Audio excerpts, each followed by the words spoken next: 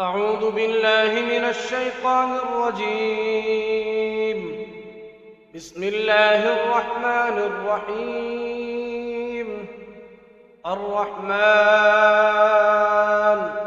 علم القرآن، خلق الإنسان علمه البيان.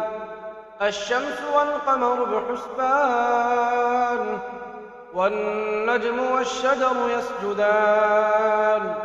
والسماء رفعها ووضع الميزان ألا تطغوا في الميزان، وأقيموا الوزن بالقسط ولا تخسروا الميزان. والأرض وضعها للأنام، فيها فاكهة والنخل ذات الأكمام، والحب ذو العصف والريحان.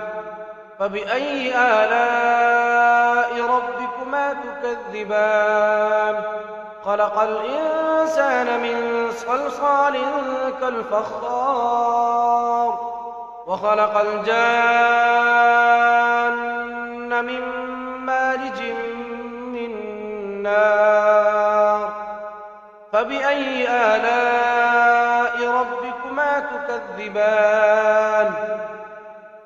رب المشرقين ورب المغربين، فبأي آلاء ربكما تكذبان؟ مرج البحرين يلتقيان، بينهما برزخ لا يبغيان. فبأي آلاء ربكما تكذبان؟ يخرج منهما اللؤلؤ والمرجان. فبأي آلاء ربكما تكذبان؟ وله الجوار المنشآت في البحر كالأعلام. فبأي آلاء ربكما تكذبان؟ كل من عليها فان، ويبقى وجه ربك ذو الجلال والإكرام. فبأي آلاء ربكما تكذبان؟ يسأله من في السماوات والأرض، كل يوم هو في شأن. فبأي آلاء ربكما تكذبان؟ سنفرغ لكم أيها الثقلان. فبأي آلاء ربكما تكذبان؟ يا معشر الجن والإنس إن استطعتم أن تنفذوا من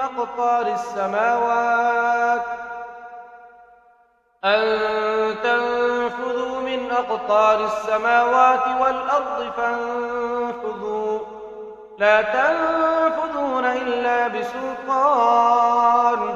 فبأي آلاء ربكما تكذبان؟ يرسل عليكما شواظ من نار ونحاس فلا تنتصران. فبأي آلاء ربكما تكذبان؟ فإذا انشقت السماء فكانت وردة كالدهان. فبأي آلاء ربكما تكذبان؟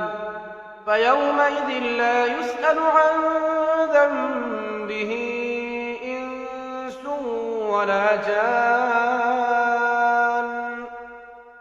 فبأي آلاء ربكما تكذبان؟ يعرف المجرمون بسيماهم فيؤخذ بالنواصي والأقدام. فبأي آلاء ربكما تكذبان؟ هذه جهنم التي يكذب بها المجرمون، يطوفون بينها وبين حميم آن.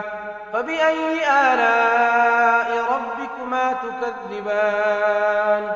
ولمن خاف مقام ربه جنتان. فبأي آلاء ربكما ربكما تكذبان ذواتا أفنان فبأي آلاء ربكما تكذبان فيهما عينان تجريان فبأي آلاء ربكما تكذبان فيهما من كل فاكهة زوجان فبأي آلاء ربكما تكذبان متكئين على فرش بطائنها من استبرق وجنى الجنتين دان فبأي آلاء ربكما تكذبان فيهن قاصرات الطرف لم يطمثهن إنس